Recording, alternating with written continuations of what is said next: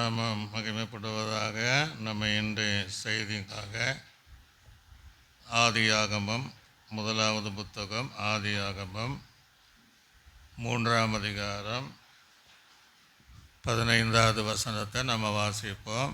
ஆதியாகமம் உனக்கும் ஸ்திரீக்கும் உன் வித்துக்கும் அவள் வித்துக்கும் பகை உண்டாக்குவேன். அவர் உன் தலையை நசுக்குவார், நீ அவர் குதிகாலை நசுக்குவாய் என்றார். அவருடைய குதிகாலை நசுக்குவாய் என்றார். தேவன் தாமே இந்த வார்த்தையோடு பேசுவதற்காக நம்முடைய கண்களை மூடினவர்களாக, ஆண்டவரே எங்களுக்கு சத்தியத்தை கற்றுத்தாரும் என்று எல்லாம் சோதனை பண்ணுங்க. சோதர ஆண்டவரே, சோதர ஆண்டவரே, இன்றைக்கும் இந்த வசனத்தோடு நாங்கள் பேசுவதற்கு நீங்கள் உதவியாக, நீரே பேசும்படியாக அதில் இருக்கிற காரியங்களை நாங்கள் கற்று புரிந்து, ஏன் நீ ஸ்ரீயின் வித்தாக வந்தீர் என்பதை அறிந்து உணர்ந்து அதன்படி ஜீவிக்க, கேட்கிறவர்களும் ஜீவிக்க நீர் உதவி செய்வதற்காக நாங்கள் ஜெபிக்கிறோம்.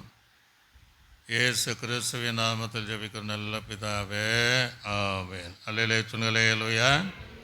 இந்த பிரசங்கத்தினுடைய தலைப்பு ஸ்ரீயின் வித்து அப்படின்ட்டு நம்ம ஒரு செய்தி கேட்க போகிறோம். ஸ்ரீயின் வித்து யாருன்னா கர்த்தராகிய இயேசு கிறிஸ்து. அல்லேலூயா. இது ஒரு தீர்க்கதரிசனமான வார்த்தை என்பது நம்ம அறிந்து கொள்ள வேண்டும். இது தீர்க்கதரிசனமான வார்த்தை. தீர்க்கதரிசனங்கள் என்பது ராஜாக்களும் தீர்க்கதரிசனம் சொல்லியிருக்கிறாங்க. நியாயாதிபதி காலங்களிலும் தீர்க்கதரிசனம் சொல்லியிருப்பதை பார்க்க முடிகிறது. ஆசாரியர்களும் சொல்லியிருக்கிறாங்க. புதிய காலத்தில் அப்போஸ்தலர்களும் சீசர்களும் அநேக தீர்க்கதரிசனம் சொல்லுவதை சபை விசுவாசிகளும் கூட அந்த நாட்களில் பிலிப்பினுடைய 4 குமார்த்திகளும் தீர்க்கதரிசிகளாக இருந்தார்கள் என்பதை நம்ம பார்க்க முடியும். ஆக இங்கே தீர்க்கதரிசி சொன்னது தேவனாகிய கர்த்தர். அல்லேலூயா, தேவனாகிய கர்த்தர். இந்த தீர்க்கதரிசனம் எப்போ நிறைவேறினதுன்னா கிமுவிலே நிறைவேறினது, இன்னும் நிறைவேறி கொண்டிருக்கிறது.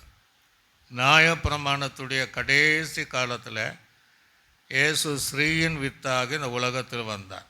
உலகத்தில் வந்து இந்த தீர்க்கதரிசனம் நிறைவேற்றும்படியாக அவர் செய்ய வேண்டிய காரியங்களை அவர் செய்தார். ஒரு அல்லேலூயா. சில நேரங்கள் தீர்க்கதரிசனம் இது யாரை குறித்து தீர்க்கதரிசனம்னா தன்னை குறித்தும், ஏவாளையும் ஆதாம் வஞ்சித்த சர்பத்தை குறித்ததான தீர்க்கதரிசனம். சில நேரம் தீர்க்கதரிசனம் உரைக்கிற இடம் பார்த்திங்கன்னா திரளான ஜனங்கள் இருப்பாங்க. அந்த ஜனத்தின் நடுவே தான் தீர்க்கதரிசனங்கள், சபையானாலும் சுவிசேஷங்களானாலும் திரளான ஜனங்கள், மலை பிரசங்கமானாலும் ஜனங்கள் இருக்கிற இடத்துல தீர்க்கதரிசனம் சொல்வதை ஏன்னா இயேசு கிறிஸ்து இங்கே அந்த பிதாவாகிய தேவன் இந்த தீர்க்கதரிசனத்தை உரைக்கும் போது அநேகர் கிடையாது. அல்லேலூயா. அப்போ இந்த தீர்க்கதரிசனத்தை சர்பனிடத்தில், அந்த வலு சர்பத்தை தான் சொல்கிறார். முந்தின வருஷத்தில் இன்றைக்கி வாசித்து பார்த்தா இந்த தீர்க்கதரிசனம் அங்கே தான் இப்போ இருக்கிற போல் ஜனக்கூட்டம் இல்லை. உன் வித்துக்கும் அவள் வித்துக்கும். ஒரு அல்லேலூயா. உன் வித்து என்பது சர்பத்தின் வித்து, சாத்தானின் வித்து, வலு சர்பத்தின் வித்து அல்லது பிசாசின் வித்து. அவள் வித்து என்பது ஸ்ரீயினுடைய வித்து அல்லது பெண்ணின் வித்து மூலமாக வித்தாக இயேசு கிறிஸ்து பிறந்தார். அல்லேலூயா. ரெண்டாவது சொல்கிறாரு, உனக்கு அவனுக்கு பகை உண்டாக்குவேன் அப்படின்றார். இந்த நாள் வரையும் அந்த பகை தீரலை. அவன் என்ன நினச்சான்னா, சத்துரு என்ன நினைத்தான், தள்ளப்பட்ட சர்பம் எப்படியாகிலும் இயேசு கிறிஸ்துவை கொலை செய்யணும்னா அந்த நாளிலிருந்து அவன் தீர்மானம். ஆனால் இயேசு எந்த ரூபத்தில் வருவார் என்பது ஆண் பிள்ளையை தான் வருவார், அது நல்லா தெரிஞ்சு போச்சு. அதனால் இஸ்ரவேல் ஜனங்களுடைய ஆண் பிள்ளைகள் எல்லாம் அதை மோசே கூட அப்படி தான் நினச்சான். எப்படியாக அந்த சந்ததியிலிருந்து வரக்கூடாது என்பதற்காக மோசையை அழித்து பார்த்தான். யோசேப்பையும் அந்த நிலைமையில் தான் அவன் அழிக்க பார்த்தான்.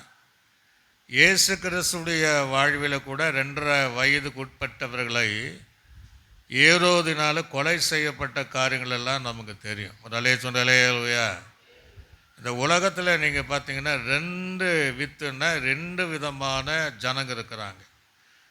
ஒன்று இயேசு கிறிஸ்துடைய பிள்ளைகள், இன்னொன்று சாத்தானுடைய பிள்ளைகள். ஒரு அலையா இப்போ என்ன சொல்கிறார்? பகை உண்டாக்குவேன் அப்படின்னா இயேசுக்கு சாத்தானை கண்டுபிடிக்குமானா பிடிக்காது, சாத்தானுக்கு இயேசுவை கண்டுபிடிக்குமானா பிடிக்காது.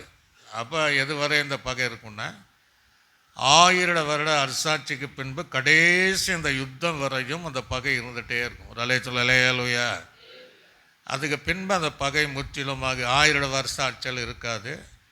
கடைசி யுத்தங்களிலே அதோடு அவனுடைய பகைக்கு ஒரு முடிவை கர்த்தர் உண்டு பண்ணுவார். அப்போ ஆண்டவர் சொல்லும்போது அவர் உன்னுடைய தலை என்ன செய்வார்? நசுக்குவார். நீ அவருடைய குதிங்காலை என்ன செய்வாய்?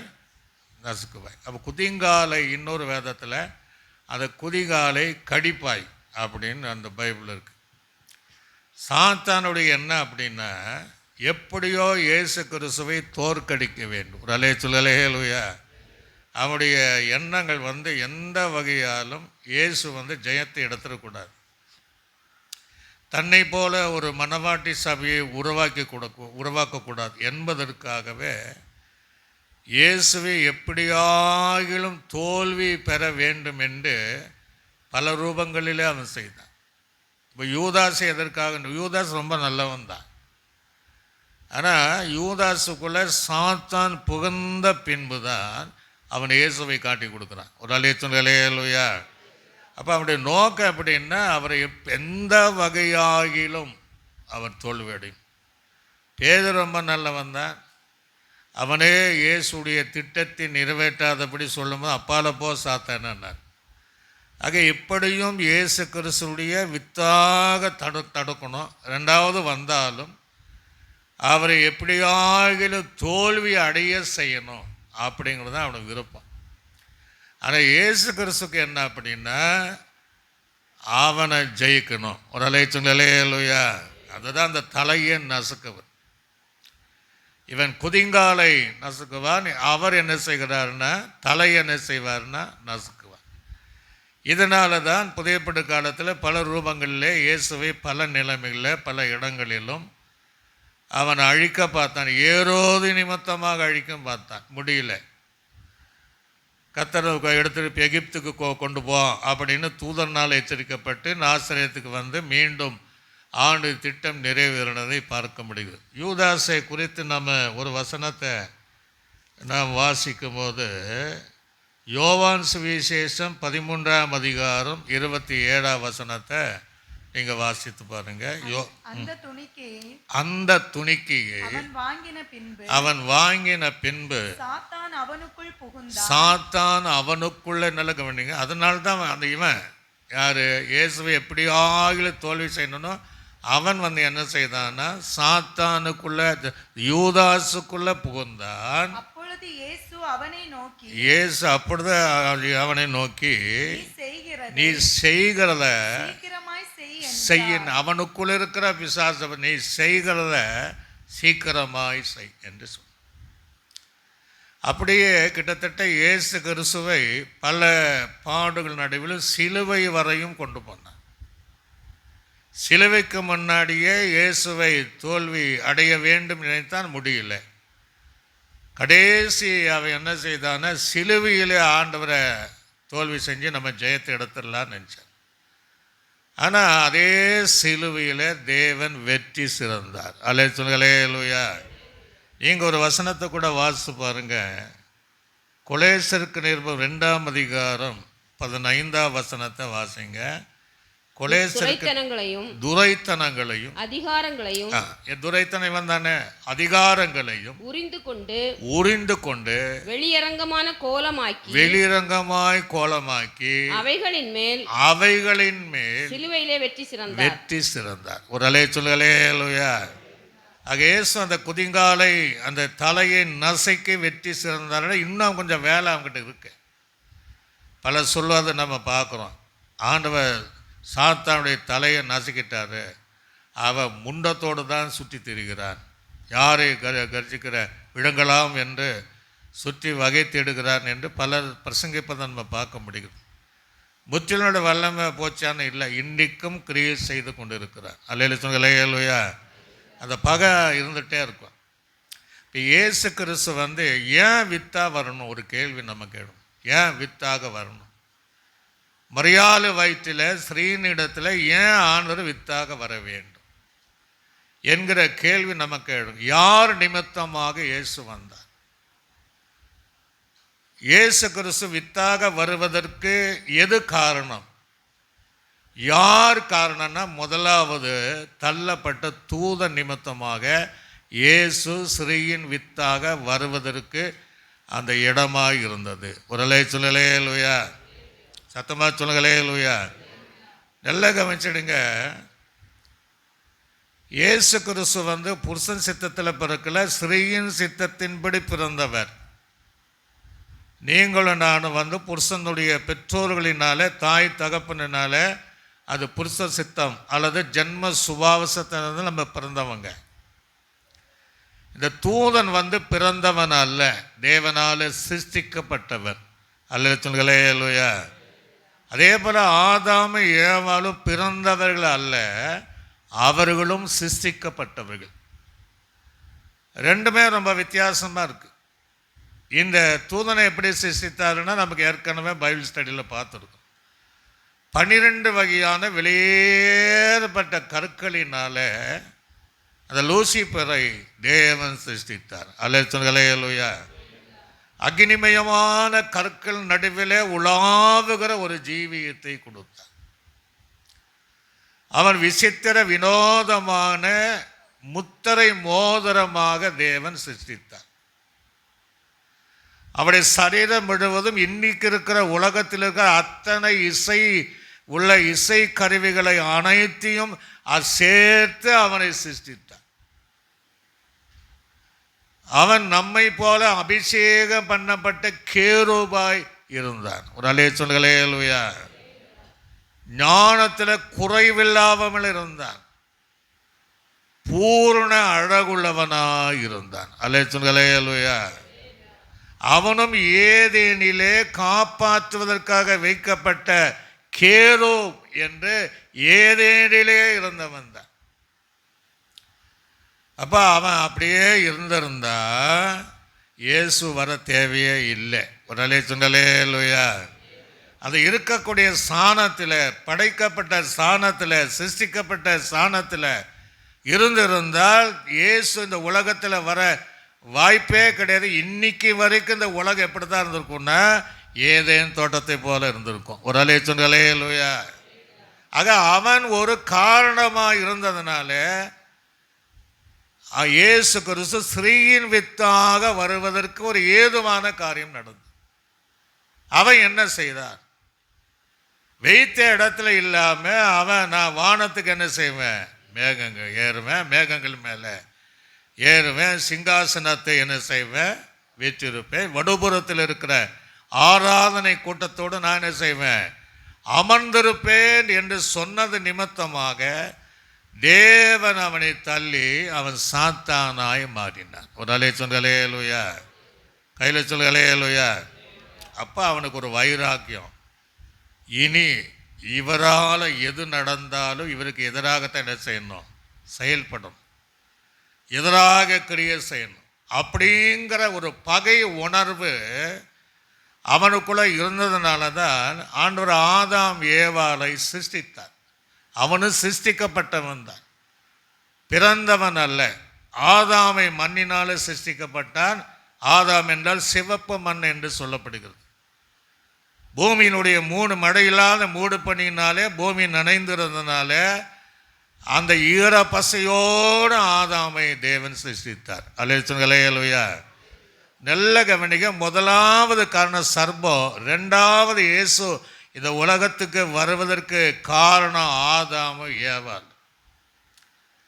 ஒருவேளை அவங்க அந்த பாவம் செய்யவில்லை என்றால் இந்நாள் வரை ஏதேன் தோட்டத்தினுடைய அனுபவம் நமக்கு இருக்கும். ஒரு சொல்லலே இல்லையா? அப்போ மண்ணினாலே சிருஷ்டிக்கப்பட்டு ஆதாமை விலாவினுடைய எலும்பினாலே சிருஷ்டித்தார். பிறந்தவர்கள் அல்ல, அவருடைய தாய் தகப்பன் கிடையாது, தூதர்களுக்கு அது கிடையாது. நமக்கு தாய் தகப்பன் இருக்கு. இயேசு கிறிஸ்துவ தகப்பன் கிடையாது, தாய் தான். ஒரு சொல்லலே இல்லையா? ஆக அது காரணம் யாருன்னா, இவங்க சிருஷ்டிக்கப்பட்டவங்க ஒருவேளை சத்துரு இவங்களை வஞ்சித்தாலும் ஒரு காரணம் கர்த்தர் அந்த நன்மை தீமை அறியத்தக்க கனியை புசிக்கக்கூடாது என்று சொன்னாரோ, அப்படின்னா உனக்கு என்னையா வேலை, நாங்கள் பார்த்துக்கிறோன்னா வேலை இந்த இயேசு வர வாய்ப்பு இல்லை. ஆமாம், அப்படி தான் சொன்னார். நீங்கள் அந்த கனியை சாப்பிட்டீங்க, இன்றைக்கே தேவையில் போய் ஆகிடுவீங்க என்று வார்த்தைகளை மாற்றி சொன்னது நிமித்தமாக அந்த வார்த்தை அப்படியே விட்டுட்டு வந்திருந்தா கூட அந்த அவனோட வஞ்சகம் செயல்படாமல் போயிருக்கும், திட்டங்கள் நிறைவேறாமல் போயிருக்கும். ஆக அந்த ஏவாள் என்ன செய்தால்னா, அந்த தந்திரமான சர்பத்துக்கு வலு சர்பத்துக்கு தள்ளப்பட்ட தூதனுடைய அந்த குரலுக்கு செவி கொடுத்து அந்த சாப்பிடக்கூடாத, பார்க்கக்கூடாத, இச்சிக்கக்கூடாத கனியை பறித்து புசித்து ஆதாம் கொடுத்ததுனால அவருடைய கீழ்ப்படியாமையினாலே இயேசு வருவதற்கு காரணமாக ஒரு சொல்லலே லூயா, கையில் சொல்களே லூயா. படைக்கப்பட்ட மனிதன் எப்படி இருந்தான்னா, கிட்டத்தட்ட தேவனை போல இருந்தான். அதான் இவனுக்கு பிடிக்கல. தேவனை போல இருந்தான், தேவ சாயல் அவனுக்கிட்ட இருந்துச்சு, தேவனுடைய ரூபம், அந்த அந்தஸ்துல தவிர ரூபம் இருந்துச்சு. திரியேக தேவனை போல சாவாமையை தரித்து கொண்டவன், மரணமில்லாத நித்திய ஜீவன உடையவனாக தேவன் அவனை சிருஷ்டித்தார். நம்மை போல வஸ்திரம் இல்லாமல் மகிமின் வஸ்திரத்தோடு அவனை படைத்தார். ஒரு துளி வேர்வில்லாத வாழ்க்கை கொடுத்தார், வியாதி இல்லாத வாழ்க்கை கர்த்தர் கொடுத்தார். ஏறத்தாழ சமமாக அவனை வைத்தார். ஆனால் அவனுடைய ஜீவிதத்தினால ஸ்ரீயின் வித்தாக இயேசு வருவதற்கு காரணமாக இருந்தது. ஒரு சொல்லலே லூயா, சத்தமாக தான் சொல்லுங்களே லூயா. இயேசு கிறிஸ்து ஸ்ரீயின் வித்தாக வருவதற்கு இவங்க செய்த காரணம். ஏன் காரணம் என்னன்னா, இவங்க பாவம் செய்த உடனே அத்தனை இழந்துட்டாங்க. எல்லாமே சாவாமை இருந்துட்டாங்க, நித்திய ஜீவன் இருந்துட்டாங்க, மகிமை இருந்துட்டாங்க, எல்லாவித ஆசீர்வாதத்தை இருந்துட்டாங்க. சாதாரண உலக மனிதனா பிசாசுடைய பிள்ளைகளாக மாறினார். சொல்லலே லூயா, அப்படிதான் மாறினாங்க. அதனால்தான் இயேசு மீண்டும் ஸ்ரீயின் வித்தாக வருவதற்கு இவங்க செய்த ஒரு பாவம். ஏன் ஆண்டவர் ஸ்ரீயின் வித்தாக வர வேண்டும் அப்படின்னா, மீண்டும் ஆதாம் ஏவாள் இழந்த அந்த மகிமினுடைய சரீரம், அந்த சாயல், அந்த ரூபத்தை மீண்டும் தருவதற்காக இயேசு உலகத்திலே ஸ்ரீயின் வித்தாக வந்தார். அல்லேலூயா லூயா. வேற எந்த காரியம் அல்ல. ஒருவேளை இவங்க பாவம் செய்யல, அவன் வஞ்சகத்திற்கு செவி சாய்த்து அதன்படி செய்யவில்லை என்றால் உலகத்தில் நினைச்சு பாருங்க, இப்படி பிரசங்கம் நமக்கு தேவை கிடையாது, தேவாலயங்கள் இருந்திருக்காது, இயேசு கிறிஸ்து நெருக்கப்பட அவசியம் கிடையாது, பிறக்கவே தேவையில்லை, பாடுபட தேவை இருந்திருக்காது, ஒடுக்கப்பட தேவை இருந்திருக்காது, அற்புதங்கள் தேவையில்லாமல் தேவை அற்றிருக்கும், தேவையில்லாமல் இருந்திருக்கும், மரணமே இல்லாத லாசருவை எழுப்பக்கூடிய தேவை இல்லாமல் இருந்திருக்கும், சப்பானியை நடக்க செய்கிற அந்த அற்புதம் தேவையில்லாமல் இருந்திருக்கும், பாடுபட தேவையில்லாமல் இருந்திருக்கும், மலை பிரசங்க தேவையில்லாமல் இருந்திருக்கும், சிலுவைக்கு போக தேவையில்லாமல் இருந்திருக்கும், மறிக்க வேண்டிய தேவையில்லை, உயிர்த்தெழு தேவையில்லாமல் இருந்திருக்கிற ஒரு பாக்கியத்தை அவங்க இழந்தபடினால்தான் இயேசு ஸ்ரீயின் வித்தாக வந்தார். அல்லேலூயா லூயா, கரங்கள் வைத்துங்க அல்லேலூயா. அதுக்கு தான் இயேசு பிறந்தார். சிலுவையில் பலரால் நிந்திக்கப்பட தேவையில்லை, அடிக்கப்பட தேவையில்லை, விழாவில் குத்தப்பட தேவையில்லை, ஜீவனை விடவும் தேவையில்லை. இதெல்லாம் எதற்காக வந்ததுன்னா இவங்க நிமித்தம் வந்ததுனால இயேசு ஸ்ரீயின் வித்தாக வந்து பிசாசுடைய சகல காரியங்களை அழிப்பதற்காக, நம்மை மீண்டும் ஆதாம் ஏவாள இழந்த அந்த மகிமையினுடைய வாழ்க்கை மீண்டும் நமக்கு தருவதற்காக இயேசு கிறிஸ்து நம்ம மேலே வைத்த அன்பின் நிமித்தமாக அவர் என்ன செய்தார்? ஸ்ரீயின் வித்தாக வந்தார். அல்லேலூயா. வேதத்தில் அதோட எல்லாரும் பாவம் செய்து தேவ மகிமை அற்று போனாங்க. ஒருத்தனும் பரிசுத்தவன் கிடையாது, ஒருவனாகலே நீதிமான் இல்லைன்ட்டார். ஏன் ஆண்டவர் காலத்தை தாமதம் பண்ணாருன்னா நியாயப்பிரமாணத்தின் ஆகிலும் அந்த சாயலை கொண்டு வர விரும்பினார், அந்த ரூபத்தை கொண்டு வர விரும்பினார். 5 பலிகளை வைத்தார். அந்த நியாயப்பிரமாணமும் அந்த பலிகளும் மனுஷனை பூர்ணாக்க முடியல, அவனை நீதிமானாக்க முடியல, தேவ பிள்ளைகளாக மாற்ற முடியல. அவர் நியாயப்பிரமாணத்துக்கு உலகத்துக்கு அடிமைப்பட்டவரை போல வாழ்ந்தான். பாவம் செய்கிறான், பலி செலுத்துகிறான், மீண்டும் பாவம் செய்கிறான், பலி செலுத்துகிறான். அதுலேயும் ஒரு நிவர்த்தி இல்லாததுனால இயேசு அந்த தீர்க்கதரிசனத்தின்படி நியாயப்பிரமாணத்துடைய கடைசி காலங்களிலே அவர் ஸ்ரீயின் வித்தாக வந்தார். அல்லேலூயா. கையில் உயிர்ச்சி சொல்லுங்க, அல்லேலூயா. ஏன் அப்படின்னா நீங்கள் வாசித்து பார்ப்போம். கலாத்திற்கு நிருபம் 4ஆம் அதிகாரம் 5ஆம் வசனத்தை சீக்கிரமாக வாசிங்க. கலாத்திற்கு நிருபம் 4ஆம் அதிகாரம். காலம் நிறைவேறின போது, தீர்க்கதரிசனங்கள் நிறைவேறின போது ஸ்ரீனிடத்தில் பிறந்தவரும், அதான் ஸ்ரீயின் வித்து. ஒரு அல்லேலூயா. ஸ்ரீயின் இனத்தில் பிறந்தவரும் நியாயப்பிரமாணத்திற்கு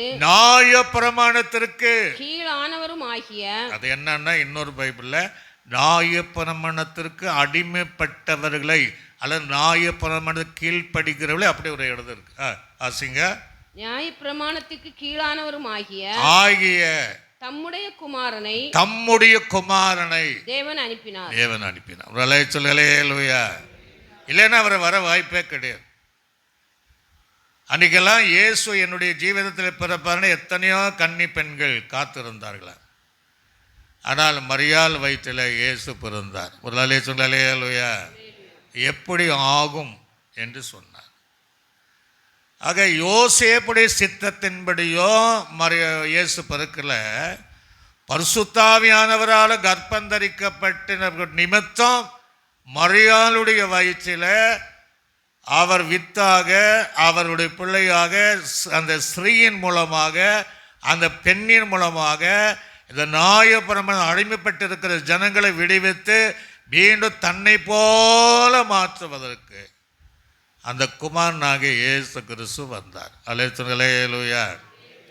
சில வசனங்களை ஏன் ஆண்டவர் யோசேப்பு சம்பந்தப்பட்டு ஏன் ஆண்டவர் பிறக்கலை அப்படின்னா, அவர் அறியாத விஷயம் ஒன்றும் கிடையாது.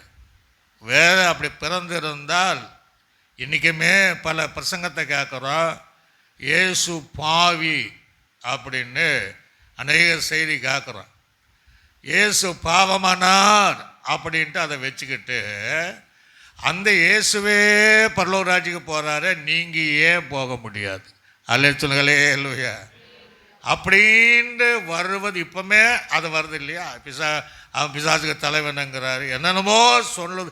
இடம் அப்படியும் இடம் வரக்கூடாது என்பதற்காக இயேசு கிறிஸ்து புருஷனுடைய சித்தத்தின்படி அந்த நம்மை போல அவரை பிறக்காம பரிசுத்தாவினாலும் கர்ப்பம் தரிக்கப்பட்டு பெண்ணின் வித்தாக, ஸ்ரீயின் வித்தாக, குமாரனாக இயேசு இந்த உலகத்தில் வந்தார். அல்லேலூயா. சங்கீதத்தில் அழகான ஒரு வசனம் இருக்கு. அந்த வசனத்தை வச்சே ஜனங்க பேசிடுவாங்க. சங்கீதம் 51ஆம் சங்கீதத்தில் வாசிச்சு பாருங்க, 5ஆம் வசனத்தை வாசிங்க. தாவீது இதோ நான் துர்க்குணத்தில் உருவானேன். அவன் பாருங்க சொல்ற, ஒரு தகப்பனுக்கும் தாய்க்கும் பிறந்த என்னுடைய ஜீவிதம் நான் கர்ப்பத்தில் எப்படித்தான் இருக்கிறேன்னா, நான் துர்க்குணத்திலேயே நான் உருவானேன். என் தாய் என்னை பாவத்தில் கர்ப்பம் தரித்தார். உடலே சொல்லலேலுயா. ஒருவேளை இயேசு கிறிஸ்து அந்த புருஷனுடைய யோசேப்புடைய சித்தன்படி பிறந்திருந்தால் இந்த வசனத்தை வச்சே சொல்லுவாங்க, வசனம் இப்படி இருக்கப்பா, எந்த மனிதனும் பிறக்கிறானா அவன் துர்குணம் உள்ளவன். உடலே சொல்லலேலுயா. அவன் பாவத்தினால கர்ப்பம் தரிக்கப்பட்டவர். இயேசு அப்படிதான். ஒருவேளை இயேசு யோசேப்புடைய அந்த சித்தத்தின்படி அவன் வித்தாக பிறந்திருந்தார், ஒருவேளை அந்த பாவ சிந்தனை கூட அவரோடு வந்திருக்க கூடும் என்பதற்காக, அந்த பாவ எண்ணங்கள், மாம்ச எண்ணங்கள் அவருக்குள் வந்திருக்க விட கூடுமே என்பதற்காக நம்மை போல பிறக்காமல் அவர் ஸ்ரீயின் வித்தாக பரிசுத்த ஆவியினுடைய கர்ப்பந்தரித்ததினால இந்த உலகத்தில் அவர் பிறந்தார். அல்லே சொல்லுங்களேலுயா. சத்தமாக சொல்லுங்களே லூயா. அதுதான் உண்மை. அப்படி சொல்லிடுவாங்க, என் தாய் என்னை பாவத்தில் என்ன செய்தால் கர்ப்பம். நம்ம வாழ்க்கையில் அப்படித்தான் இருக்கு. ஆதாம் என்னைக்கு பாவம் செய்தானோ அந்த சந்ததிகள் வரையும், இயேசு கிறிஸ்து பிறப்புகிற வரையும், வித்தாக வரையும் அப்படித்தான் இருந்துச்சு. இன்னும் நிறைய பேர் அப்படித்தான் இருக்கிறாங்க. நிறைய பேர் இன்றைக்கு இயேசுவின் பிள்ளையாக இருக்கிறாங்க. இன்னும் நிறைய பேர் சாத்தானுடைய பிள்ளைகளாக இருக்கிறாங்க. ஒரு அலையை சொல்லலே லூயா. நீங்கள் வாசித்து பாருங்கள் சில வசனங்களை. யோவான் சுவிசேஷம் 8ஆம் அதிகாரம் 44ஆம் வசனத்தை வாசிங்க. யோவான் சுவிசேஷம் 8ஆம் அதிகாரம். நீங்கள் உங்கள் பிதாவாகிய ஆண்டு சொல்றாரு பாருங்க. இயேசு இந்த உலகத்தில் வந்துட்டு அங்கே சொல்றாரு, நீங்கள் உங்களுடைய பிதாவாகிய பிசாசானவனால் உண்டானவர்கள். ஒரு அலை சொல்லலே லூயா. என்னைக்கு அவன் வஞ்சித்தானோ, ஆதாம் ஏவாள் என்னைக்கு கீழ்ப்படியாமல் பாவம் செய்தார்களோ, நீங்க யாருன்னு என்னால உண்டாக்கப்படல. நீங்க உங்களுக்கு ஒரு பிதா இருக்கிறாரு, நமக்கு ஒரு பிதா இருக்கிறாரு. அந்த பிதாவினுடைய பிசாசினாலே நீங்கள் உண்டாக்கப்பட்டிருக்கிறீர்கள். உலலே சொல்லலே லூயா. அப்படின்னு என்ன அர்த்தம்? அவன் செய்கிற பாவம், அவன் செய்கிற காரியத்தை இருக்கிற அத்தனை பேர் பிசாசுடைய வித்தாக பிள்ளைகளாக நீங்க இருக்கிறீங்க என்று இயேசு நேரடியாக சொல்வதை பார்க்க முடிகிறது. வாசிங்க. உங்கள் பிதாவுடைய இச்சைகளின்படி அந்த ஏவாள் தன்னுடைய அந்த வலு சர்பத்தின்படி இச்சையின்படி நடந்து தேவனுடைய அனைத்து காரியங்களை இழந்தது போல நீங்க என்ன செய்றீங்க?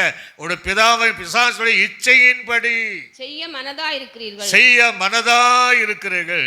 அவன் ஆதி முதற் கொண்டு எங்க எப்ப சிருஷ்டித்த நாள் ஆதி முதற் கொண்டு மனுஷ கொலை பாதகனாய் இருக்கிறார். சத்தியம் அவனிடத்தில் சத்தியம் அவனுக்குள்ளாக இல்லாதபடியால் அவன் சத்தியத்திலே நிலை நிற்பது இல்லை. அவன் பொய்யனும் பொய்க்கு பிதாவுமாக இருக்கு. அல்லே சொல்லுங்களேலுயா. கையில சொல்லுங்களேலுயா. இப்போ நம்ம பொய் பேசுறோம்னா என்ன அர்த்தம்? அவன் நமக்குள்ள இருக்கிறான். பகை உணர்வு இருந்தால் அவன் நமக்குள்ள இருக்கிறான். பாவ எண்ணங்கள் இருந்தால் அவன் நமக்குள்ள இருக்கிறான். இச்சைகள் இருந்தால் அவன் நமக்குள்ள இருக்கிறான்னு அர்த்தம். ரெண்டு காரியம் நடைபெறும் உலகத்தில். இயேசு ஏன் ஸ்ரீன் வித்தாக பிறந்தாருன்னா, இவனால் வஞ்சிக்கப்பட்ட ஜனங்க தன்னை போல மாற்றுவதற்கு தான் இயேசு ஸ்ரீன் வித்து பிறந்தார். இப்போ இவன் என்ன செய்கிறான்னா, அப்படியே ரட்சிக்கப்பட்டு அங்கே போயிட்டான்னா அவங்கள இவன் பிள்ளையாய் மாற்றணுங்கிறதுக்கு பல சுபாங்களை கொடுத்து அவன் தன் பக்கம் எடுத்து கொண்டு இருக்கிறான். கடைசி வரை இப்படித்தான் இருக்கும். முறாலே சொல்லலே லூயா. ஏன்னா கூடமானவரை தெரிந்து கொள்ளப்பட்டவர்கள் வஞ்சிக்கிறான் காலம் என்று வேதம் சொல்லு. ஆக அந்த உங்களுடைய பிதா யாரு? பிசாசு. அவனுடைய இச்சையின்படி ஏவாளும் அந்த ஆதாம நடந்ததை போல நீங்களும் இப்பவும் அதேபடி நடக்கிறீங்க. நீங்க மனுஷ கொலை பாதக அவங்கள சத்தியம் கிடையாது, சத்தியம் நிலைத்திருக்காது. அவனை பொய்யுக்கு பிதாவை இருக்கிறான். ஆதி முதல் அவன் பொய் சொல்கிறார். ஒரு அலையை சொல்லுங்களேலுயா. கரல் சொல்லுங்களேலுயா. ஒருவேளை ரட்சிக்கப்பட்டவர்களுக்குள்ளும் இதை கிரியை செய்யலாமான்னா செய்ய முடியும். யூதாஸ் ஞானசன் எடுத்த வந்த அவனுக்குள்ளேயே கிரியை செய்தார். பேதர் ஞானஸ்தானம் எடுத்தவன் தான், அவனுக்குள்ளேயும் கிரியை செய்தான். அல்லேலூயா. எதற்கு நம்ம இடம் கொடுக்கிறோமோ அதுதான் வந்துடும். இயேசு கிறிஸ்துடைய சுபாவங்களுக்கு இடம் கொடுத்தால் அது வரும், சத்தனுடைய இடம் கொடுத்தால் அது வரும். ஆனால் அவரை போல இவன் அவனை போல தன்னுடைய பிள்ளையாக மாற்றுவதா இன்னும் பகை நடந்து கொண்டே இருக்கு. ஒரு அலைய சொல்லலையா, சத்தமாக சொல்லுங்கலையா. இப்போ நீங்கள் வாசித்து பாருங்க, எபேசருக்கு நிருபம் 2ஆம் அதிகாரம் 1ஆம் வசனம் முதல் 3ஆம் வசனம். அக்கிரமங்களினாலும் பாவங்களினாலும். இப்ப நல்ல கவனிங்க, நம்ம தான் அதில் அக்கிரமங்களினாலும் பாவங்களினாலும் மரித்துளாய் இருந்த உங்களை உயிர்ப்பித்தார். அவைகளில் நீங்கள் முற்காலத்திலே, நீங்க எப்படி இருந்தீங்க? உயிர்ப்பிச்ச அதுக்கு முன்னாடி எப்படி இருந்தீங்க? நீங்க முற்காலத்தில் இவ்வுலக வழக்கத்திற்கு இந்த உலக யாரு? பிரபஞ்சம். இந்த உலகத்தின் வழக்கத்துக்கு ஏற்றபடியாகவும் கீழ்ப்படியாமின் பிள்ளைகளிடம். யார் கீழ்ப்படிய கற்றுக்கொண்டது? அவன் கீழ்ப்படிய பிள்ளையாமை, அவன் தான் தலைவர். கீழ்ப்படியாமின் பிள்ளைகளாகவும் பிள்ளைகளிடத்தில் இப்பொழுது கிரியை செய்கிற ஆகாயத்தின் அதிபதியாக அந்த வலு சர்வ வஞ்சிக்கப்பட வலு சர்வமாகிய பிரபுவாகிய அவனுடைய ஆவிக்கேற்றபடி நடந்து கொண்டீர்கள். அவர்களுக்குள்ளே நாம் எல்லாரும் முற்காலத்திலே நம்முடைய மாம்ச இச்சைகளின் நடந்து நம்முடைய மாம்சமும் மனச விரும்பினதை செய்து சுபாவத்தினாலே மற்றவர்களை போல கோபாக்கின் பிள்ளைகளாய் இருந்தோம். ஒரு அலைய சொல்லுகளேலுயா, கையில் சொல்லுகளேலுயா. ஏன்? சத்துருடைய வஞ்சகத்தினாலும் ஆதாம் ஏவாள் அந்த இச்சத்தை கீழ்ப்படியாமல் இருந்ததுனால இயேசு ஸ்ரீயின் வித்தாக அந்த சுபாவத்தில் இருக்கிற நம்மை உயிர்ப்பிப்பதற்காக, தம்மை போல மாற்றுவதற்காக ஸ்ரீயின் வித்தாகிய குமாரனாக இயேசு இந்த உலகத்தில் வந்தார். அல்லேலூயா சொல்லுங்களேலுயா, சத்தமாக சொல்லுங்களேலுயா. எபிரேயர் நிருபத்தில் ஒரு வசனம் அழகாக இருக்கு பாருங்க. எபிரேயருக்கு நிருபம் 2ஆம் அதிகாரம் 14-15 வாசிங்க. ஆதலால் பிள்ளைகள் மாம்சத்தையும் இரத்தத்தையும் உடையவர்களாக இருக்க அவரும் நம்மை போலையும் அவர்களை போல மாம்சத்தையும் இரத்தத்தையும் உடையவர்களானார். மரணத்துக்கு அதிகாரியாகிய பிசாசானவனை தன் மரணத்தினால அழிக்கும்படி ஜீவகாலமெல்லாம் நமக்கு மரணம் எப்போ வந்துச்சு? அவன் நிமித்தம் வந்துச்சு. மரண பயத்தினாலே பாவத்துக்கு அடிமைப்படுத்த உள்ளானவர்களை யாவரையும் விடுதலை பண்ணும்படிக்கு அப்படியானார். ஒரு அலைய சொல்லலையா. சும்மா அவனையும் ஜெயிக்கணும். அவனை அடிமைத்தனம் மரண பயத்தோடு இருக்கிற நாயப்படம் அடிமையா இருக்கிற இஸ்ரவேல் ஜனங்கள் எகிப்துக்கு அடிமையா இருந்த அந்த ஜனங்களை அவனையும் ஜெயிக்கணும், இவர்களையும் தன்னை போல மாற்றணும் என்பதற்காக இயேசு நம்மை போல ரத்தமும் மாம்சம் உடையவளாக இந்த உலகத்தில் ஸ்ரீயின் வித்தாக அந்த குமாரனாக இயேசு இந்த உலகத்தில் வந்தார். அல்லேலூயா. வேறு எதற்காக அல்ல, நம்ம அவரை போல இன்னும் மாறிட்டே இருக்கிறோம். கடைசி தான் நம்ம அவரை போல மாறுகிறோம். பொதுவாகவே சில கனி மரங்களை நீங்கள் எடுத்துட்டிங்கன்னா, எல்லா ஒரு கனி மரம் எந்த மரமானாலும், மாங்கானாலும் ஆரஞ்சு ஆனாலும் பார்ப்பதற்கு ரொம்ப அழகாக இருக்கும்.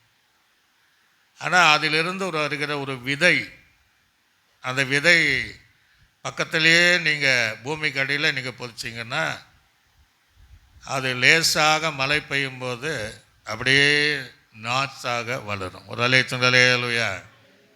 அந்த எடுத்த உடனே அந்த அந்த தாய் மரத்தை போல இதால் வர முடியாது. அப்போ அதுக்கு ஏற்றபடி தண்ணி ஊற்றணும், இருக்கிற களைகளை சுத்திகரிக்கணும், ஏற்ற உருவ அந்த உரங்கள் எல்லாம் நம்ம போடணும். நாள் அடைவாடியாக அது வளரும். சில வருஷங்கள் அது ஆகும். சில வருஷங்கள் ஆகி ஆகி பார்த்திங்கன்னா இந்த தாய் மரத்தை போலவே கனிகள் தரும். ஒரு அலையா. இப்போ நமக்கு தெரியும் எது நம்ம அந்த வீட்டுக்காரர் தெரியும். தூரத்தில் இருந்த வரவுகளுக்கு வித்தியாசம் தெரியாது.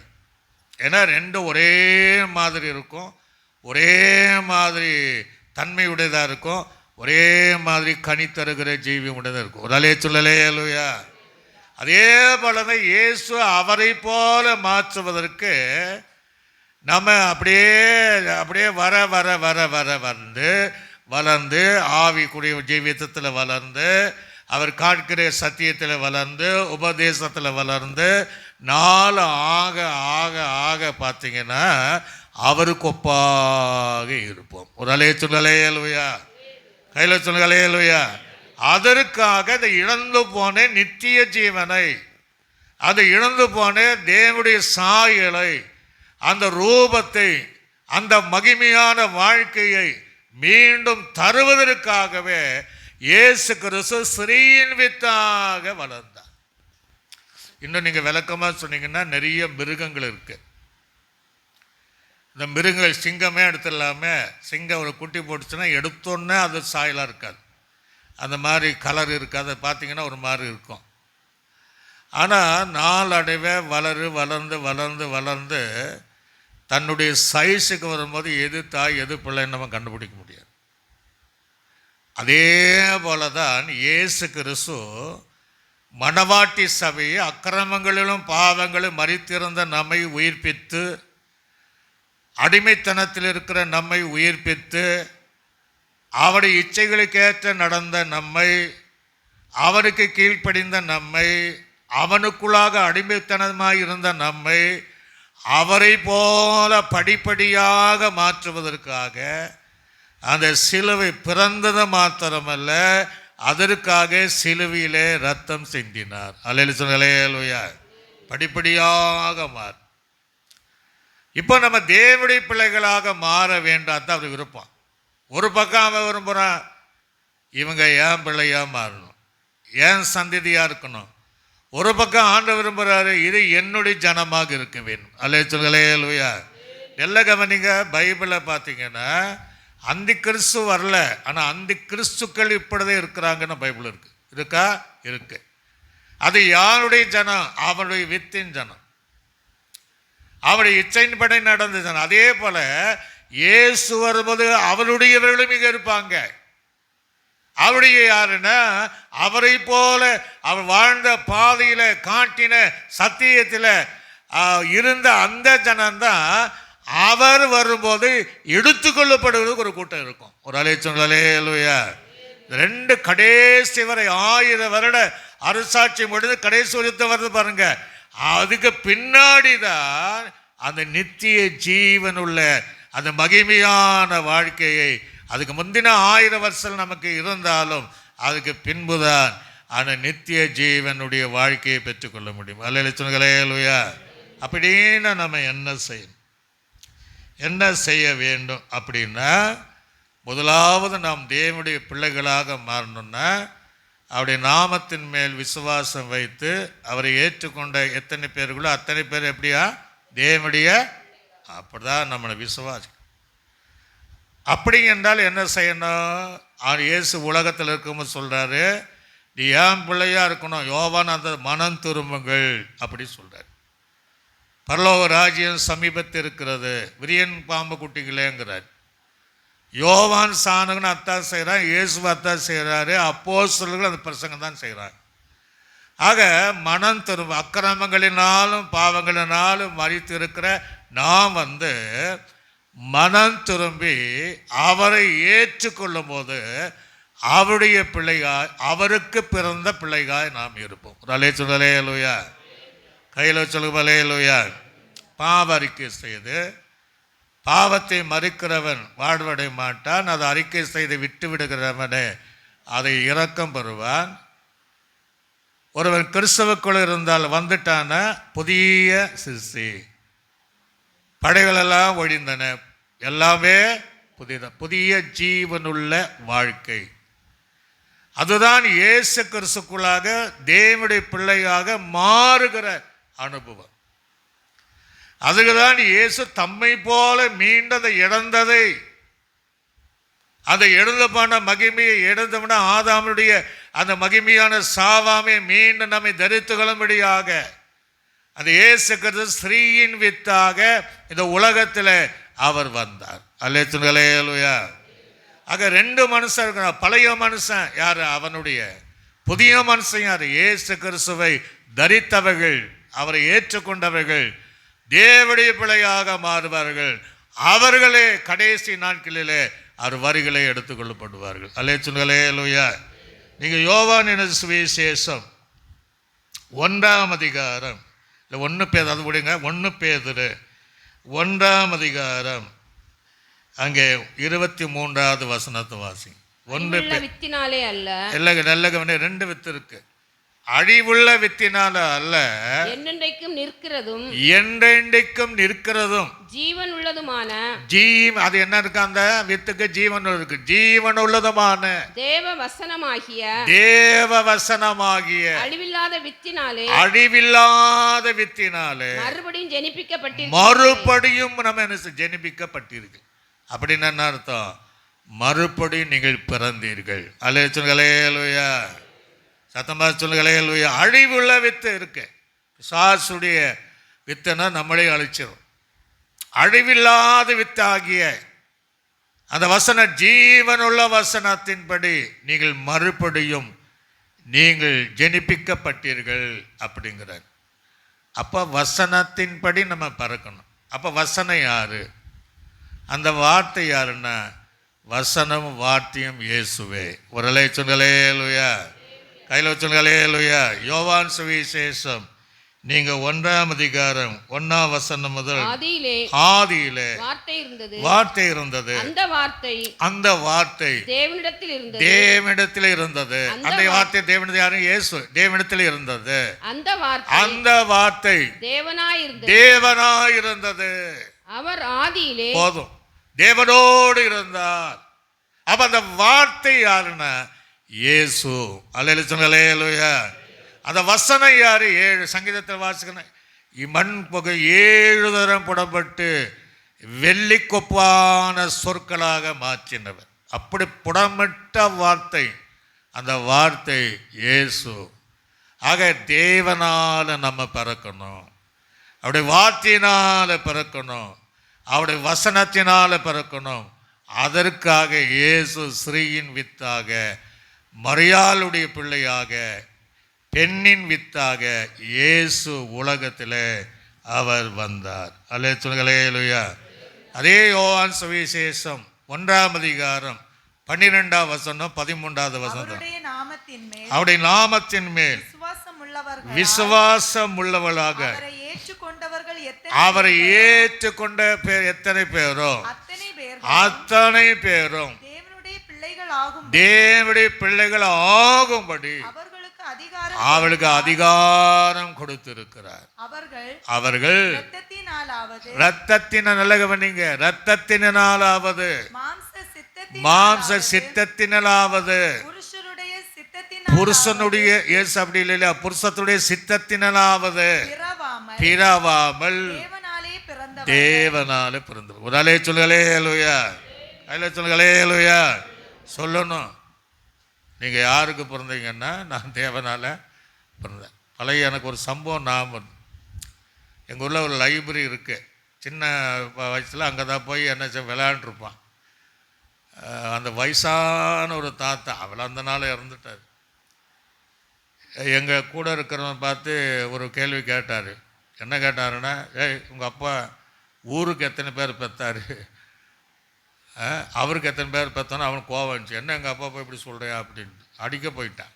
ஏன்னா ஊருக்கு எத்தனை பெற்றானா தப்பாக சொல்லிட்டாருன்னு. அவன் உட்காந்து சொன்னான் அந்த தாத்தா. அப்படி இல்லை, ஊருக்கு பெற்றதுன்னா பொட்ட பிள்ளைகள். ஒரு அல்லேலூயா. ஏன்னா வீட்டில் வச்சிருக்க முடியாது, எவனோ கட்டி கொடுக்கணும். உங்கள் அப்பாவுக்கு பெற்ற பிள்ளைகள்னா ஆண் பிள்ளைகள் அப்படின்னார். ஒரு அல்லேலூயா. இப்போ நம்ம என்ன கேள்வி வைக்கணும், நம்ம இயேசுக்கு பிறந்திருக்கிறோமா அவனுக்கு பிறந்திருக்கிறோமா? அல்லேலூயா. நாம் தேவன் ஒரு காலத்தில் அவனுக்குள்ள தான் பிறந்தோம், வாழ்ந்தோம், வழக்கத்தின்படி ஜீவித்தோம், அவன் காட்டின பாதையில இச்சித்தோம், அடிமைப்பட்டிருந்தோம். இப்பொழுது நாம் தேவனால நாம் பிறந்திருக்கிறோம். அல்லேலூயா. அப்படி சொல்றவங்க ஒரு அல்லேலூயா. ஆக தேவனாலே வசனத்தினாலே ஜனிப்பிக்கப்பட்டவர்கள் வார்த்தையினாலே சத்தியத்தினாலே உபதேசத்தினாலே மீண்டும் அவரை போல மாறுவதற்காக அவர் ஸ்ரீயின் வித்தாக இயேசு உலகத்தில் வந்தார். யோவான் சுவிசேஷம் 3ஆம் அதிகாரம் 3ஆம் வசனம் முதல் 5ஆம் வசனம். இயேசு அவனுக்கு பிரதியுத்தரமாக ஒருவன் மறுபடியும் பிறவாவிட்டால். இப்ப இரண்டாவது பிறப்பு எங்க வரணும்னா, ஒருவன் மறுபடி பிறக்க வேண்டும், இல்லைன்னா தேவனுடைய ராஜ்யத்தை அவன் காண மாட்டான் என்று மெய்யாகவே சொல்லுகிறேன். அதற்கு நிக்கோதேமு ஒரு மனுஷனை முதிர்ந்த வயதாய் இருக்கையில் எப்படி மீண்டும் போய் கர்ப்பத்தில் போய் பிறப்பான்? அவன் தாயின் கர்ப்பத்தில் இரண்டாம் தரம் பிரவேசித்து பிறக்க கூடுமோ என்றார். இயேசு பிரதித்திரமாக ஒருவன் ஜலத்தினாலும் ஆவினாலும் பிறக்கலன்னா ராஜ்யத்தில பிரவேசிக்கவே மாட்டான். அல்லேலூயா. இரண்டாவது பிறப்பு எதனால? ஜலத்தினால பிறப்பு. மத்திய 3ஆம் அதிகாரம் எடுக்க வேண்டாம். இயேசு கிறிஸ்து கலிலேயாவிலிருந்து யோர்தானுக்கு வந்து தான் சிருஷ்டித்த மனிதனால யோர்தானில் இறங்கி மூழ்கி ஞானஸ்நானம் எடுத்து கரை ஏறினார். அல்லேலூயா. அப்பதான் சத்தம் வருகிறது, வானம் திறந்தது, சத்தம் உண்டானது, இவர் என்னுடைய நேசகுமாரன், இவன் மேல் பிரியமாக இருக்கிறேன். அல்லேலூயா. ஆக அந்த சத்தியத்திற்குள்ளாக வருகிற தேவ பிள்ளைகள் தான் தேவ பிள்ளைகளாக இருக்க முடியும். இன்னைக்கு சபைக்கு வருகிற எத்தனை பேர் ஞானஸ்தானம் எடுக்காமல் இருக்கிறோம்? எத்தனை வாலி பிள்ளைகள் இந்த வயது வந்தாலும் எடுக்காமல் இருக்கிறோம்? ஆக அந்த சத்தியத்திற்குள்ளாக வரும்போது தான் அவர்கள் தேவனால பிறந்த தேவனுடைய பிள்ளைகளாக இருப்பார்கள். அல்லேலூயா. அறிக்கை செய்து சட்டத்திட்டத்தின்படி செய்யும் போது தேவனால பிறக்கப்படுகிறோம். அல்ல இன்னொரு வார்த்தை சொல்றாரு, ஆவியினாலும் ஜலத்தினாலும் பிறக்கணும். அப்ப ஆவி பெறணும். எவர்கள் தேவனுடைய ஆவினாலே நடத்தப்படுகிறார்களோ அவர்கள் தேவனுடைய புத்திரர் எனப்படுவார்கள். அவங்க தேவ பிள்ளைகள். ஆக பரிசுத்தாவியை பெறணும், காத்திருந்து பெறணும். அப்போஸ்தலர்கள் பெந்தகோஸ்து நாளிலே 120 பேர் காத்து அது அபிஷேகத்தை பெற்றுக்கொண்டு தேவ பிள்ளைகளாக மாறினதை போல மரியாளு கூட, ஸ்ரீயின் வித்தாக வந்த மரியாளு கூட காத்திருந்த அபிஷேகத்தை பெற்றுக் கொண்டதை போல நீங்களும் நானும் பரிசுத்த ஆவியினுடைய அபிஷேகத்தை பெற்றுக்கொண்டு தேவ பிள்ளைகளாக நாம் மாறணும். ஒரு அல்லேலூயா. சத்தமாதா சொல்லுங்க அல்லேலூயா. இப்போ நல்ல கவனிங்க. 1 யோவான் 3ஆம் அதிகாரம் 8ஆம் வசனத்தையும் 9ஆம் வசனத்தை வாசிங்க. 1 யோவானுக்கு நிருபம் 3ஆம். நல்ல கவனிங்க. இப்போ நம்ம கிட்ட பாவம் இருக்கான இவ்வளோ மாறியாச்சு. பாவம் செய்கிறவன் நல்ல கவனிச்சிடுங்க. நானா இருந்தாலும் நீங்களா இருந்தாலும் நம்ம ஏதாவது பாவம் செய்யறோன்னா நம்ம பிசாசினால உண்டாயிருக்கிறோம்.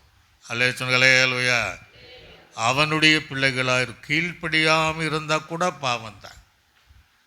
ஆக நீங்கள் பாவம் செய்கிறவர்களாக இருந்தால் நீங்கள் பிசாசுடைய பிள்ளைகளாக இருக்கிறீர்கள். ஏனெனில் பிசாசானவன் ஆதி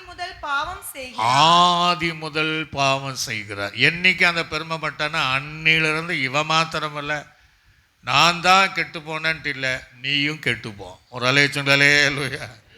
அதை தான் ஆதாம் ஏவாளை கெடுத்துட்டான், முழு உலகத்தை கெடுத்துட்டான். அதற்காக தான் இயேசு ஸ்ரீயின் வித்தாக வந்தார். அவன் ஆதி முதல் பாவம் செய்கிறான்.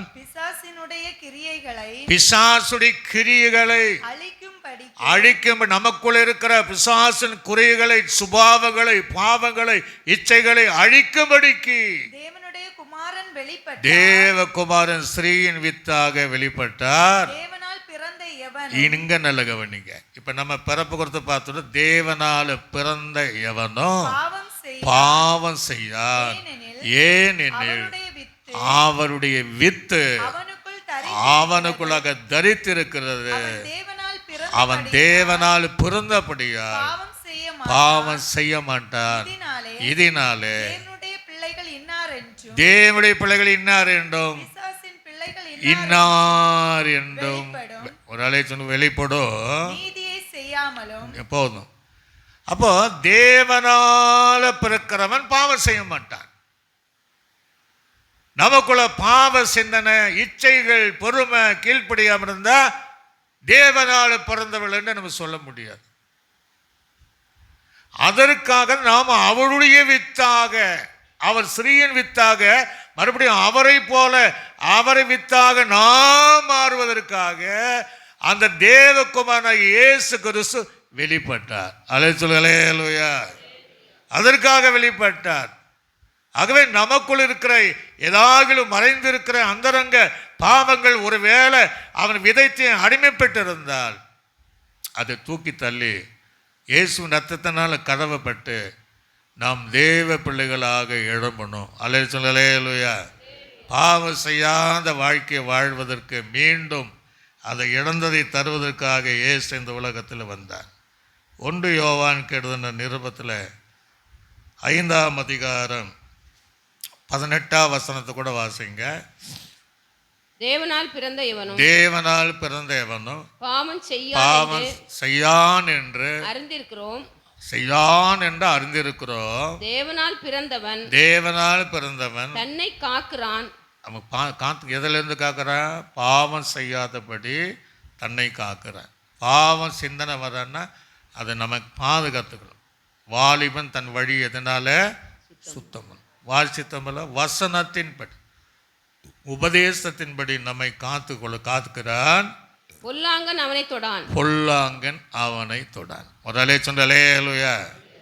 நாம் இயேசுவின் பிள்ளையாக இருந்தால், பாவ சிந்தனை வராமல் இருந்தால், பாவம் செய்யாமல் இருந்தால், பொல்லாங்க நமக்குள்ள வரான். பொல்லாங்க நம்மை தொடான். பொல்லாங்க நம்மை நெருங்க மாட்டான். மீண்டும் அவனுடைய பிள்ளையாக மாற்றுவதற்கு நம்ம பக்கத்திலேயே வர மாட்டான். ஆனா பாவம் இருந்தால் அவன் வருவான். ஒரு சொன்னலேலுயா. பாவ ஜீவை இருந்தால் உட்பிரவேசிப்பான். பாவ கிரிகள் இருந்தால் நம்மை அடிமைப்படுத்துவான். மீண்டும் அவனுடைய பிள்ளையாக அவன் மாற்றுவான். ஆக எந்தவித பாவ சிந்தனைக்கு இடம் கொடுக்காம அவன் பாவம் செய்யால் அவனை தன்னை காத்து கொள்கிறான். காத்து கொள்வதும் இல்லை, நம்ம கையில தான் இருக்கு. அல்லேலூயா. பாவம் செய்யாம இருந்தா நம்ம காத்துக்கொள்ளலாம். பாவம் செஞ்சிட்டான்னா காத்துக்கொள்ள முடியாது. சத்துரு தொடான். அல்லேலூயா. கையில சொல்லுயா. அவன் சத்துரு தொடாத ஒரு வாழ்க்கை என்ன? பாவம் செய்யாத ஒரு ஜீவியம் இயேசுவை போல வாழ்ந்து அவருக்கு ஒப்பாக மாறுவதற்காக அவன் ஸ்ரீயின் வித்தாக இயேசு இந்த உலகத்தில் வந்தார். கடைசி ஒரு வசனத்தை, இந்த செய்தி 2-3 வாரம் நம்ம பேசுவோம்.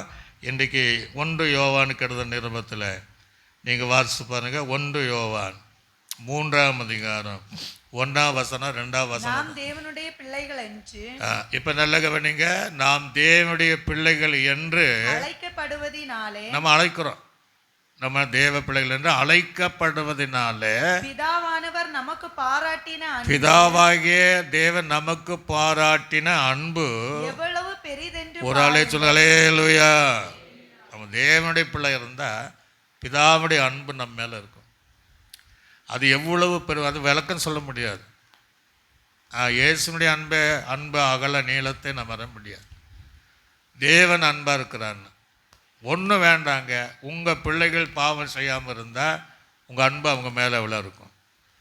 பாவம் செய்கிற பிள்ளைகள் மேலே உங்கள் அன்பு அதிகமாக இருக்குமா? பாவம் செய்யாத பிள்ளைகள் மேலே அன்பாக இருக்குமா?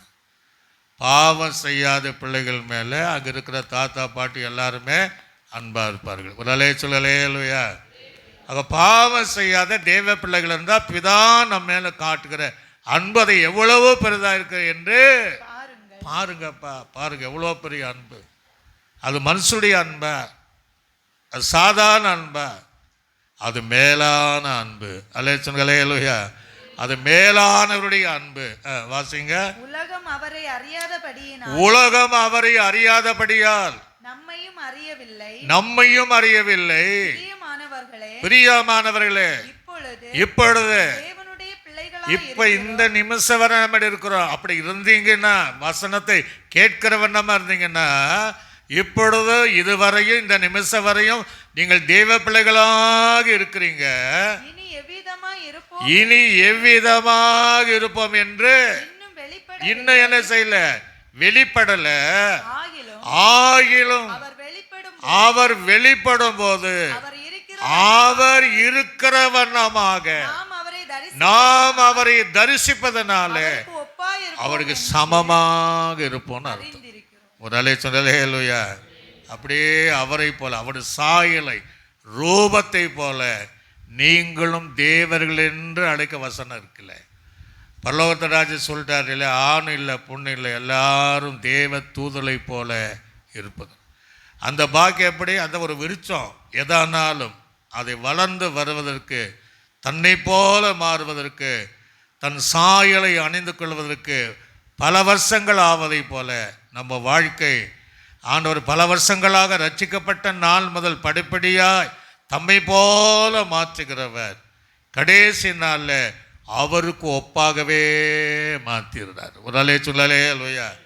அந்த ஆதாம் ஏவாளை வஞ்சித்த அந்த மகிமையான வாழ்க்கை, ஆதாம் ஏவாள் கீழ்ப்படியாமல் இழந்து போன அந்த மகிமையான நித்திய ஜீவனை, அந்த மகிமையான பரலோக ராஜ்யத்தை மீண்டும் தருவதற்காக ஸ்ரீயின் வித்தாக அப்படிப்பட்ட ஜனங்களை தம்மை போல மாற்றுவதற்காக, நியாய பிரமாணத்திற்கு அடிமைப்பட்ட ஜனங்களானாலும் பாவத்திற்கு அடிமைப்பட்ட ஜனங்களானாலும் அவரை போல மாற்றுவதற்காக ஸ்ரீயின் வித்தாக இயேசு வந்து இதுவரையும் அவர் இன்னும் ஆசையோடு ஆவலோடு பல காரியங்களிலே தம்மை போல மாற்ற வேண்டும் என்று வேத வசனத்தினாலும் சத்தியத்தினாலும் அவர் நம்மோடு கூட பேசி என் பிள்ளை ஏன் போல இருக்கணும் என்கிற விருப்பத்தோடு இதுவரையும் நடத்தி வருகிற தேவன்.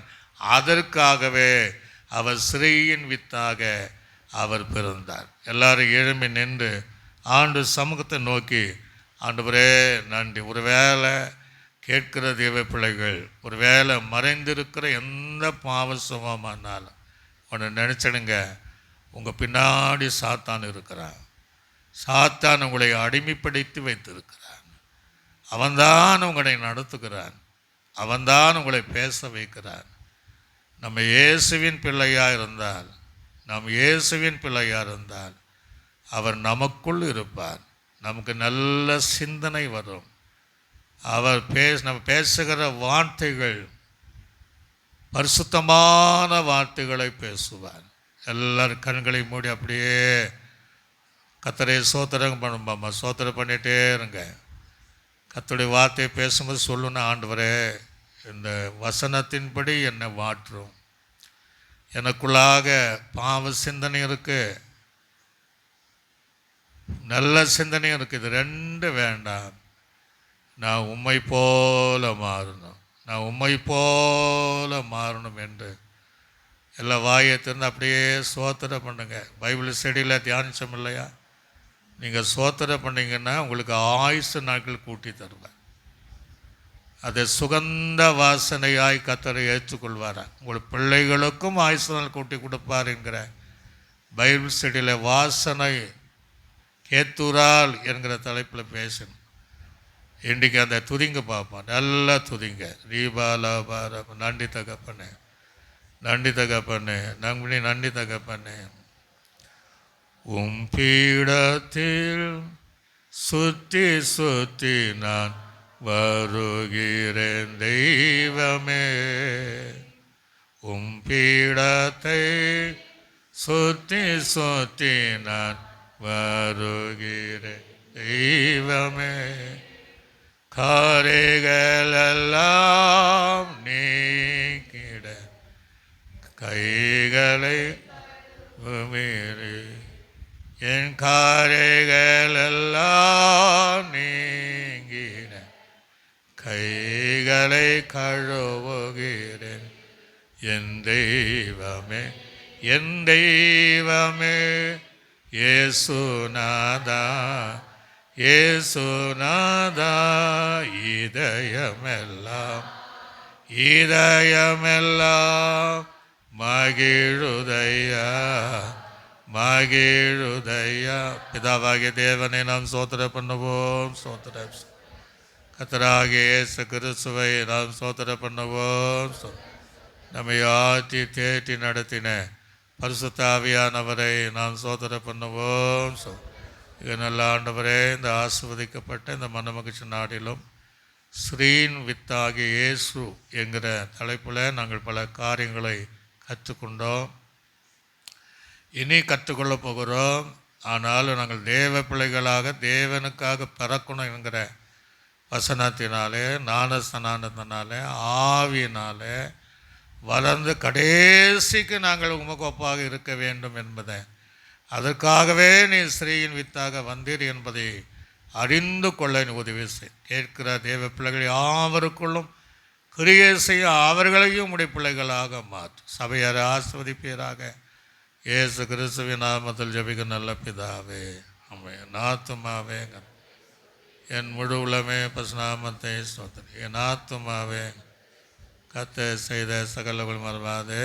ஆமென். கர்த்தராகிய இயேசுவின் கிருபையும் பிதாவாகிய தேவனுடைய அன்பும் பரிசுத்த ஆவியினுடைய அன்னிய ஐக்கியமும் சந்தோஷ சம்பாதம் நம் அனைவரோடும் சகல பரிசுத்தவங்களோடு ஆண்டவராக இயேசு கிறிஸ்து வருகை பரிந்தோம் சதா கால என்றைக்கு நம்மோடு கூட இருப்பதாக.